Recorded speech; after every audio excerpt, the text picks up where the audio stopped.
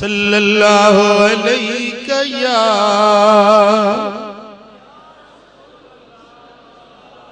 ॾिसो हेॾी वॾी जमात आहे। तव्हां गॾिजी जेॾीमहिल सलात पढ़ंदो त तव्हांजा इहे आवाज़ हितों जीअं निकिरंदा सिधो गुंबद ख़दरा पहुचंदा। हेतिरनि ग़ुलामनि जो आवाज़ जेॾीमहिल हबीबनि जे बारगाह में पहुचंदो सोना ख़ुशि थींदा या न? हाँ जेको बेदिलियो थो पढ़े त मलाइक खणी था पहुचाइनि, जेको दिल जे गहराई सां थो पढ़े त चपन वारा आवाज़ खुद महबूब पाण था ॿुधनि। हाँ पोइ जे हेतिरनि माण्हुनि जो दरूद पहुचंदो त सोना हबीब ख़ुशि थींदा कनि। फज़लाबाद में मुंहिंजा आशिक गॾु थिया आहिनि, मूं ते सलातूं मोकिले रहिया। अचो त गॾिजी चऊं सल्लल्लाहु अलैहि या रसूल अल्लाह।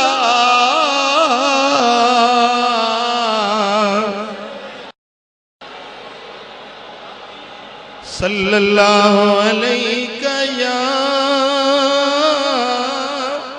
या रसूल अल्लाह।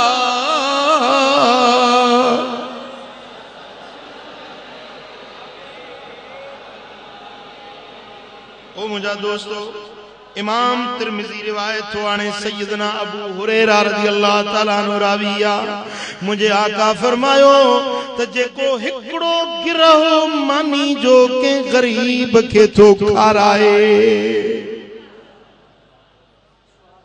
घणो हिकड़ो गिरह के गरीब के खाराई पो छा थो थे जो अल्लाह ताला तव्हां जे उन हिक गिरह के वधाए थो, इंघाए थो, वडो थो करे ताजो वो हिकड़ो तव्हां जो गिरह ओहद जबल जेडो वडो थी तव्हां जे अमलन सालियन में तोरियो वेंदो।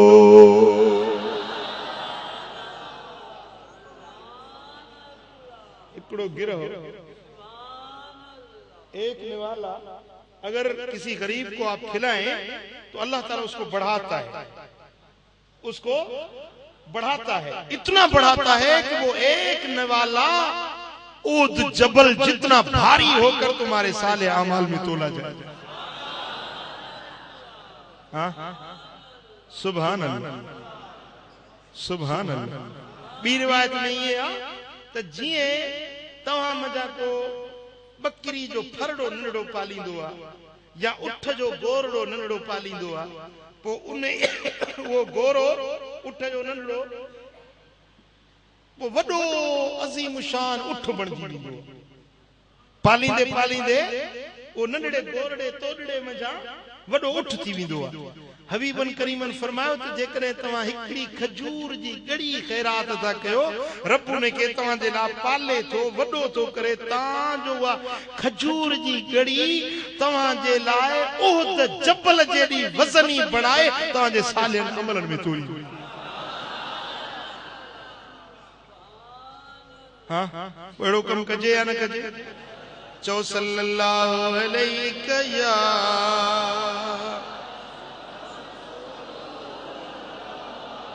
सुभान अल्लाह। साईं फरमाइन था ये हदीस तबरानी शरीफ दिया मुझे आका फरमायो त जडे को मुसलमान मानी जो कन्नू कन्नू समझो था रोटी का किनारा, रोटी का एक छोटा सा किनारा वो तोड़ के खुदा की राह में खैरात करता है, किसी गरीब को, किसी साइल को, किसी मंगते को वो रोटी का टुकड़ा खैरात में देता है तो वो कयामत के दिन जब उसका नामे अमाल में उसके अमाल तो ले जाएंगे तो वो रोटी का छोटा सा टुकड़ा जबले ओहद जितना भारी बनाकर उसके अमाले सालिया में तोला जाएगा। सुभान अल्लाह। अल्लाह तो फरमाए वयुतइमून अत्ताम अला हुब्बिही मिस्कीनम व यतीमम व असीरा। मानी खाराइन था, मानी खाराइन था पंहिंजी चाहत जे बावजूद, पंहिंजी ज़रूरत जे बावजूद मिस्कीन के, यतीम के, असीर के मानी खाराइन था। पो मानी खाराए चवनि था इन्नमा नुतइमुकुम लिवजहिल्लाह, असां तव्हांखे मानी खाराई आहे ख़ास अल्लाह जे रज़ा जे ख़ातिर। ला नुरीदु मिनकुम जज़ाअन वला शुकूरा, असां तव्हां खां बदलो एवज़ो मुआवज़ो तलब नथा कयूं, जेका मानी खाराईसीं सो ख़ास अल्लाह जे ख़ातिर। इन आयत जो शान नुज़ूल ॿुधायां। हसनैन करीमैन बीमार थी पिया, मुझे दिलबर मोहम्मद करीम जा शहजादा इमाम हसन इमाम हुसैन नाचाक थी पिया। अम्मड़ खातून अतहर अब्बे मौला अली जरी मल ॾिठो त बचड़ा नाचाक आहिनि त पिनी बास बासिया, जेकॾहिं बचड़ा चङा भला थी विया त अल्लाह जे ख़ातिर 3 ॾींहं रोज़ो रखंदासीं। हजरत अली बासबासी, सैयदा फातिमा ज़हरा बासबासी, त बचड़ा चङा भला थी विया त 3 ॾींहं रोज़ा नफली रखंदासीं। पोइ अब्बे जी दुआ, अम्मा जी दुआ अघाणी, बचड़ा चङा भला थी विया, शहजादा सेहतमंद थी विया। पो मुंहिंजा दोस्तों बास मुताबिक हजरत मौला अली बि रोज़ो रखियो त सैयदा खातून अतहर बि रोज़ो रखियो। शाम थी विया, रोज़े खोलण जो वक्त आयो। जेॾी महिल रोज़े खोलण जो वक्त आयो त ओॾी महिल कुर्बान वञे मुझे महबूब जे घराणे जे फ़क्र जे मथां, फ़क्रे अहल बैत मुस्तफ़ा। जॾहिं मुंहिंजा दोस्तों महबूब करीम जे फ़क्र जो इहो आलम हुयो जो 40 ॾींहं मुंहिंजे दिलबर नबी जे घर में दूहो न दुखंदो हुयो, सांझण पाणी न थींदी हुई 40 ॾींहं। अम्मा आयशा सिद्दीक़ा साईं फरमाए थी त पहिरीं तारीख़ जो चंड उभरंदो हो, पोइ उभरंदे उभरंदे 29 ते गायब थी वेंदो, असांजे घर में चूल्हो न गरम थींदो। वरी 2 महीने जो चंड उभरंदो, उभरंदे उभरंदे लंदे उहो बि 29 ते गायब थी वेंदो। वरी 3 महीने जो नओं चंड उभरंदो, तव्हांजो 4 महीननि जा चंड उभरी वेंदा, पर मोहम्मद करीम जे हवेली में चूल्हो गरम न थींदो। इया मिस्कीनी इख्तियारी हुई, इज़्तिरारी न हुई, मजबूरी न हुई, बल्कि इख्तियारी मिस्कीनी हुई, खुद कबूल कई हुई। छा खुद दुआ घुरंदा हा, अल्लाहुम्मा अहयिनी मिस्कीनम व अमितनी मिस्कीना। ए अल्लाह मूंखे जार भी मिस्कीन करे, दुनिया तां अॻिते हलाई त बि मिस्कीन करे। जॾहिं क़यामत जे ॾियारे में उथां त मूंखे मिस्कीननि जी जमात मझां उतारजांइ। हाँ सुभान अल्लाह। मुझा दोस्तों मुझे महबूब जे घराने जी या मिस्कीनी मजबूरी न हुई, खुद कबूल कई हुयूं। जेॾीमहिल रोज़े खोलण जो वक्त थियो त सिर्फ जवन जी मानी जो टुकड़ो हुजे, जंहिंखे साम्हूं रखे अज़ान जो इंतजार हुयो, सिज लहे त रोज़ो हफ़्तार कयूं। बस रोज़े खोलण खां थोरी देर अॻ में दर ते सदा आई त मां मिस्कीन आहियां, अल्लाह वास्ते मूंखे ख़ैरात ॾियो।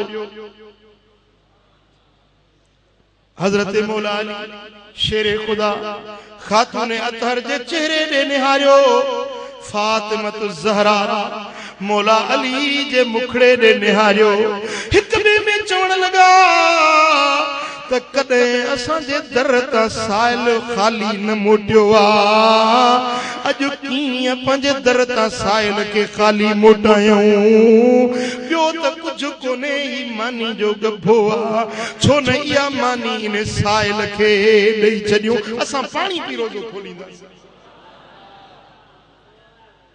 कुर्बान कुर्बान इन घराणे जी सखावत ता कुर्बान मुंहिंजे मुझा दोस्तों मासुइल रसूलुल्लाह सल्लल्लाहु अलैहि वसल्लम शय्यन क़त फ़क़ाल अल्लाह पूरी जिंदगी महबूबन खां जॾहिं बे जाब शे घुरी मदीने वारे साईं न कई न कर न कयूं जंहिं जेका शे घुरी उनखे ॾिन महबूब जे घराणे जी भी इहा ही खसलत हुई जो इन दर ता खाली न मोटियो हो न मोटंदो ऐं अॼु ताईं भी मुझे दिलबर नबी जी वा सखावत जारी है अॼु भी सोने हबीब जे दर ते जेको वञी सदा हणे थो त खाली झोलियूं रहमत सां भरे ॾे सल्लल्लाहु अलैहि या मुझा दोस्तों वो मानी जो गभो उन साइल के ॾेई छॾियो उन मिस्कीन के ॾेई पाण पानी ते रोज़ो अफ्तार कयो वरी ॿियो ॾियारो रोज़ो नफली बास जो रोज़ो रखियूं जेॾीमहिल रोज़े खोलण जो वक़्तु थियो त खजूर जूं चंद ॻड़ियूं जवन जी मानी जा कुछ टुकड़ा हुजनि जेॾीमहिल मानी अॻियूं रखे रोज़े खोलण लाइ मुंतज़िर वेठा त दर ते सदा थी मां यतीम आहियां मुंहिंजो अब्बो अम्मा कोन्हे अजो खातून अतहर जे दर ते साइल थी आयो आहियां मोहम्मद करीम जी न्याणी जे दर ते खैरात पिनण आयो आहियां फातिमत ज़हरा चयो अली बराबर असी बुखार आयूं बराबर असां के पिन ॾींहंनि जी बुखा पर अली पंज दर ता यतीम के खाली कीअं मोटायूं ॿियो कुझु न आहे इहे मानी या खजूर जेके टुकड़ा आहिनि इहे सभु इन साइल के इन यतीम के छो न ॾियूं असां पाणी पी रोज़ो अफ्तार कंदासीं सुभान अल्लाह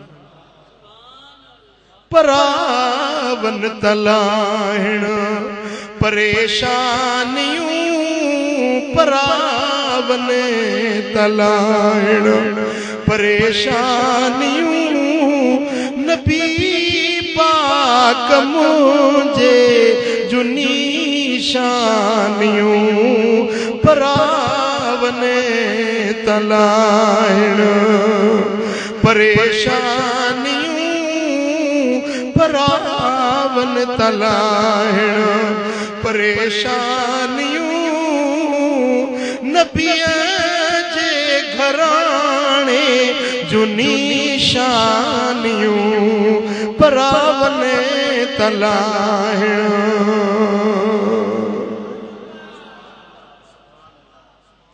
सुभान अल्लाह मुझा दोस्तों उए मानी जी जेका बि खाधे जी शे हुई उन यतीम के ॾिनऊं पाण पाणी पी रोज़ो अफ्तार करे छॾियो वरी टियों ॾींहुं रोज़ो रखियो अथनि जेॾीमहिल रोज़े खोलण जो वक़्तु आयो ओॾीमहिल मुंहिंजा दोस्तो सिर्फ खजूर जा चंद दाना हुजन या के थोड़ो खाधे जो असबाब हुजन मुझा दोस्तों जेॾीमहिल रोज़े खोलण जे लाइ तैयार थी वेठा दर ते सदा लगी दर ते साइल से नहीं मां असीर आहियां मां कैदी आहियां अॻे छा हूंदो हाणे गवर्नमेंट जेलन में कैदियुनि खे मानी खाराईंदी आहे पर अॻे ईअं हूंदो हो जो जेलियुनि खे पिनाईंदा पिनी वो जेका खैरात मिलंदी पो उहा अचे जेल खाने में सभिनी कैदियुनि खे विराए खाराईंदा पो उन कैदियुनि खे डंडा ॿेड़ियूं हणी या उनके हथ कड़ियूं हणी पोगियूं पोयूं सिपाही उनके पिनाईंदा दर ते ज़िल्लत उनकी कंदा हाणे वो कैदी नबी जे घराणे जे दर ते साइल बणजी आयो चो सल्लल्लाहु अलैहि या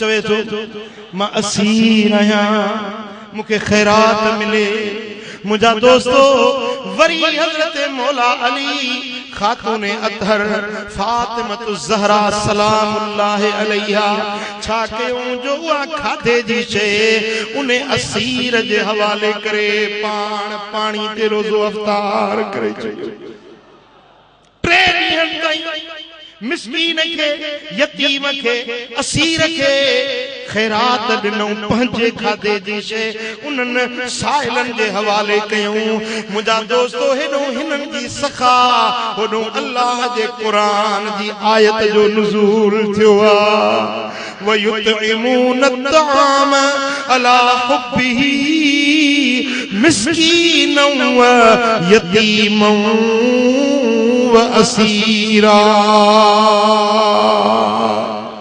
इन्नमा नुतइमुकुम लिवज्हिल्लाह ला नुरीदु मिनकुम जज़ाअन वला शुकूरा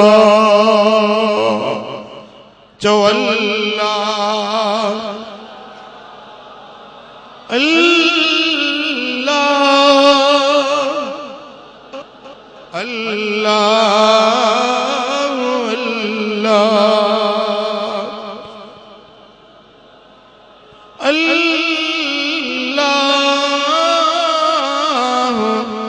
अल्लाह अल्लाह अज़ीज़ान मोहतरम ही मुझे महबूब जे पाक घराणे की सखावता इन घराणे जी सखावत जो हिकिड़ो ॿियो बि वाक़ियो तव्हांखे ॿुधायां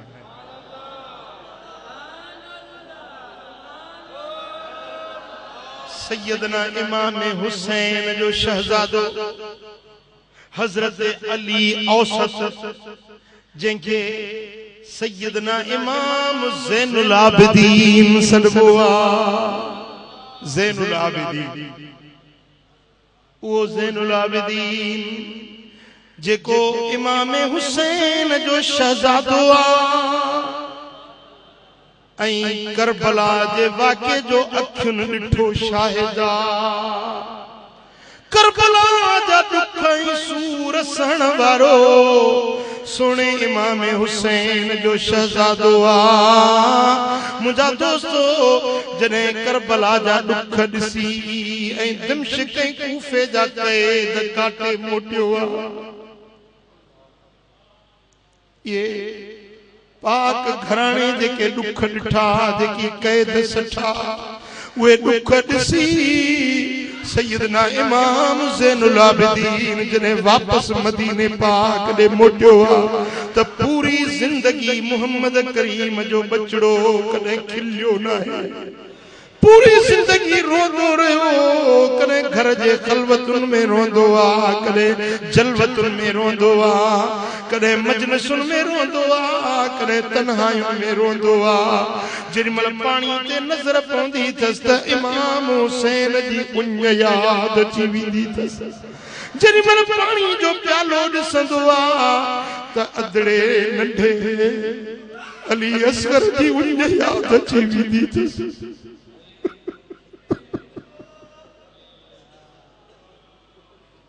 पूरी जिंदगी मुझो सोनो इमाम ज़ैनुल आबिदीन खिलियो न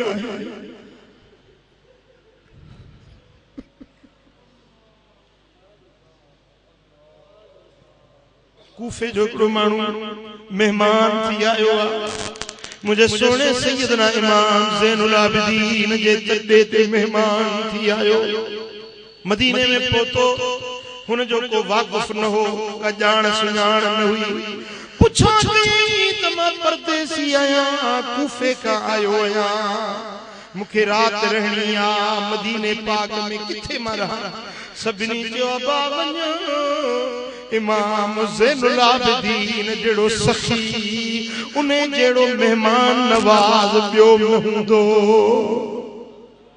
परावन तलाइण परेशानियों परावन तलाइण परेशानियों नबी जे घराने जो निशानियों परावन तलाइण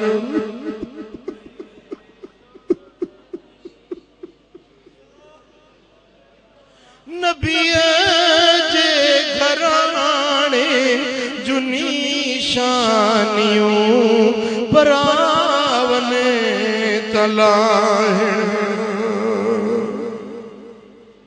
ओ मानू सैयदना इमाम ज़ैनुल आबिदीन वट मेहमान थी आयो मुझे सोने ज़ैनुल आबिदीन शहज़ादे पंजे हथ सां बिस्तर लगायो मानी पंजे हथ सां खणी अचे खाराई उन जी खिदमत कन था उन जी मेहमानदारी जा हक अदा कया जन रात रहो सुबह जो मोकलाइण लगो पण फरमाइण ता दिल चवे थी अन्या मूं वट रहो तो तुझी खिदमत कया बी रात रहायूं वरी टी रात रहायूं टे ॾींहं ते उन मेहमान इजाजत घुरी सही हाणे मोकल ॾियो त मां वापस वञा पण फरमायो जे अन्या बि रही त मुंहिंजी दिल चवे थी तुंहिंजी खिदमत कया पर जे तूं वञी थो त हाण तोखे इजाजत आ उन कूफे जे माण्हू पुछो त ओ इमाम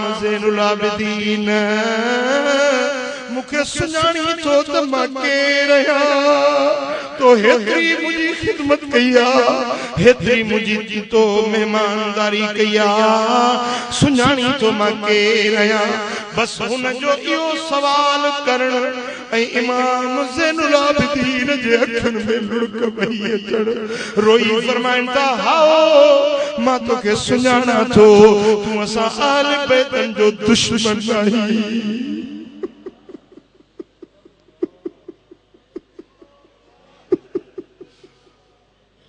मुखे वो ॾियारो याद जॾहिं मैदान करबला में तुंहिंजे तरकश जा तीर हुया मुंहिंजे बाबे हुसैन जो बदन हुयो तो तीर पे चुटिया तो असां दुश्मन जो असां आल बैतन जो दुश्मन मंझाई तू असां जे मथा वार करण वारन मंझाई चईसि पो तव्हां सुञाणो बि था पो हेतरी मुंहिंजी खिदमत कयव फरमाइण था उहो किरदार तव्हां जो हुयो हे असां मोहम्मद जे बचड़नि जो किरदार हुई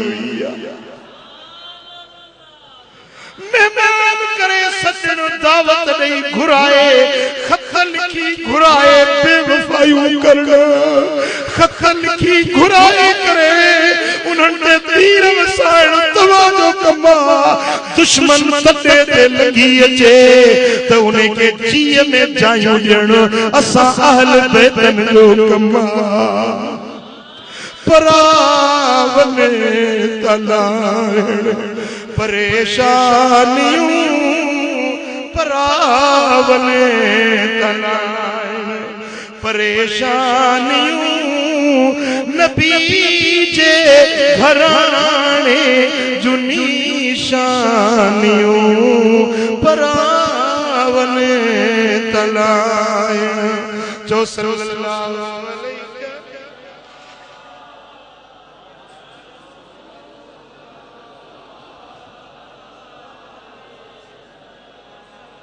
सल्लल्लाहु अलैहि या रसूल अल्लाह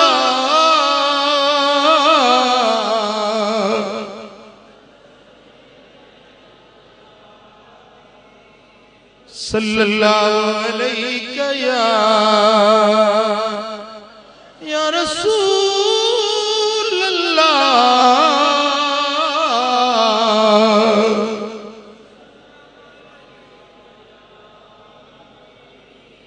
वयुतइमून अत्ताम अला हुब्ब मिस्कीनन व यतीमन व असीरा। वे अल्लाह की मोहब्बत में वे खाराईंदा आहिनि मिस्कीनन के, यतीमन के, असीरन के खाराईंदा आहिनि।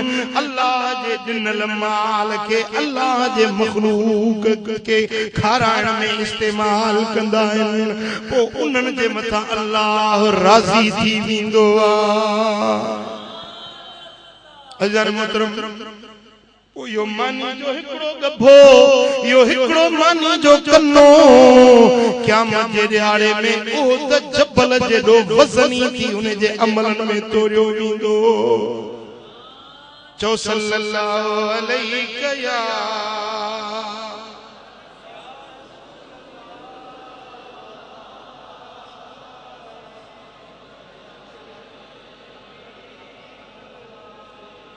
सल्लल्लाहु अलैहि या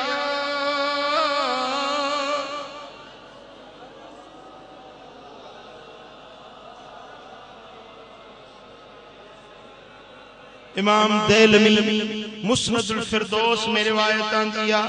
हजरत सैयदना अबू दरदा रज़ी अल्लाह ताला अन्हु तो रिवायत करे, मुझे आका फरमायो अद्दईफु याती बिरिज़्क़िही व यरतहिलु बिज़ुनूबिल क़ौम। जॾहिं को मेहमान के वटि ईंदो आ त पंहिंजो रिज़्क़ पाण सां खयूं ईंदो आ। मेहमान ईंदो आ पंहिंजे रिज़्क़ सां गॾु, पर जेॾी महिल वेंदो आ त घर घणी जा गुनाह खयूं ईंदो आ।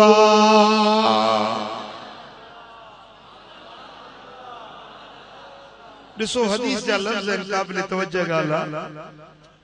साईं फरमाइनि था अद्दैफ दुयूफ न आहे, जमा न आहे, वाहिद जी ॻाल्हि आहे। हिकिड़ो मेहमान अद्दैफ याती, मेहमान अचे थो, घणा मेहमान न, हिकिड़े मेहमान जी ॻाल्हि आहे। घणनि जो शान छा हूंदो उन मुताबिक़ अंदाज़ो लॻाए। हिकिड़ो मेहमान अचे थो याती पे रिज़्क़, उहो ईंदो आहे पंहिंजो रिज़्क़ पाण सां गॾु खणी ईंदो आहे। वयरतहिलु बिज़ुनूबिल क़ौम, ऐं जेॾी महिल मोटंदो आहे त पूरी उन क़ौम जा गुनाह पाण सां खणी वेंदो। हिकिड़ो मेहमान क़ौम जा गुनाह खणी वेंदो आहे। अल्लाहु अकबर कबीरा, अल्लाहु अकबर कबीरा। मुझे आका फरमायो त उन्हनि जा जेकी गुनाह उन क़ौम जा, जंहिं क़ौम वटि उहो मेहमान आयो, हिकिड़ो मेहमान उन सॼे घराणे जा, उन सॼे ओड़े पाड़े जा गुनाह पाण सां खणाई बख़्शाई। हाँ सुभान अल्लाह। इमाम देलवी की रिवायत आंदी हज़रत अनस रज़ियल्लाहु तआला अन्हु का, इज़ा दखल दैफ अलल कौम दखल बिरिज़्क़िही व इज़ा खरज खरज बिमग़फ़िरत ज़ुनूबिहिम। मेरे आका फरमाते हैं, जब कोई मेहमान किसी कौम के पास आता है, किसी कौम, किसी कबीले, किसी घराने के पास कोई मेहमान आता है, तो जब उसको रोटी खिलाते हैं, उसकी खिदमत करते हैं। वैदा खरज, जब वो मेहमान वापस लौटता है, बाहर निकलता है, तो वो यूं नहीं निकलता, वो जब निकलता है तो उस सारी कौम के गुनाहों को भी बाहर निकलवा देता है। खरज बिमग़फ़िरत ज़ुनूबिहिम, उन्हें पूरी कौम जा गुनाह बख्श वेंदा। हाँ अब ॻाल्हि समझ में आयो? हाँ सुभान अल्लाह, सुभान अल्लाह। इमाम इब्न अबी दुनिया रिवायत वाणे, इन अस्रा सदक़तिन इला समाए अन यसना अर्रजुल तामन जय्यदन सुम्मा यदू इलैहि नासम मिन इख्वानिही।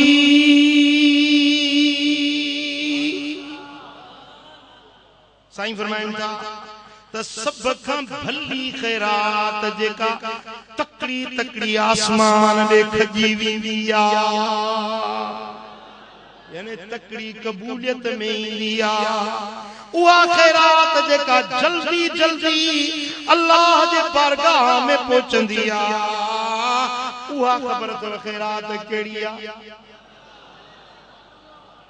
साईं फरमाइनि था त सुठो ताम तामन जय्यदा, सुठो ताम भलो ताम ठाहे पो पंहिंजे भाइरनि खे सॾे, यदू इलैहि नासम मिन इख़वान, पंहिंजे मुस्लमान भाइरनि खे सॾे, सुठो ताम ठाहे पो उन ते पंहिंजे भाइरनि खे सॾे चए अचो मुंहिंजी दावत आहे खा।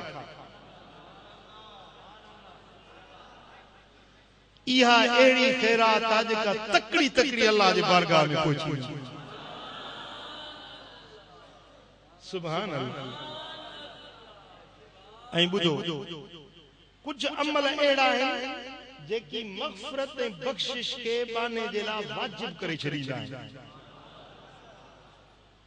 उन अमल जे करण सां उन बाने जी यकीनी पक्की पुख्ती ॻाल्हि आहे, जे चवंदा आहिनि गारंटेड ॻाल्हि,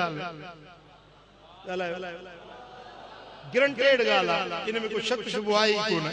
कुछ अमल अहिड़ा आहिनि जिन जे करण वारे जे लाइ यकीनी बख़्शिश, यकीनी मग़फ़िरत, उन्हनि अमलनि में जा हिकिड़ो अमल ॿुधायां।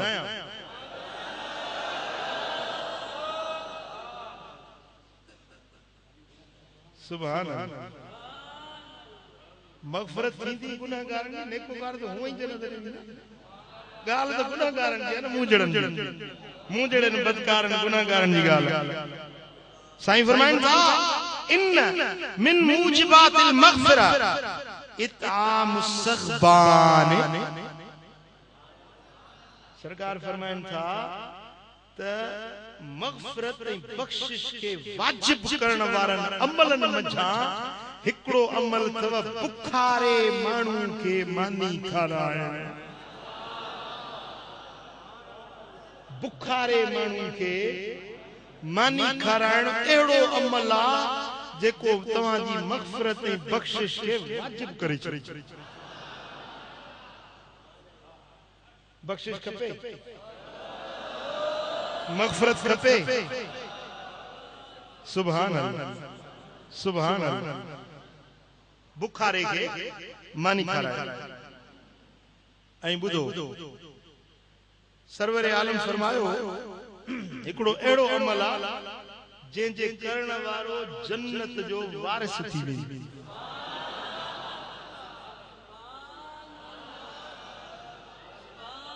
भाई मुंहिंजी 5 एकड़ ज़मीन आहे, मां सादिक भाई खे लिखी थो ॾियां, बाबा जैसी मां जेरो आहियां, मुंहिंजी आहे, मुंहिंजो मुखों पोइ तूं वारिस आहीं, मुंहिंजो तूं वारिस आहीं, लिखी थो ॾियां। हाणे इन ॻाल्हि में को शक शुबो हूंदो? जेका लिख पढ़ थी मिले,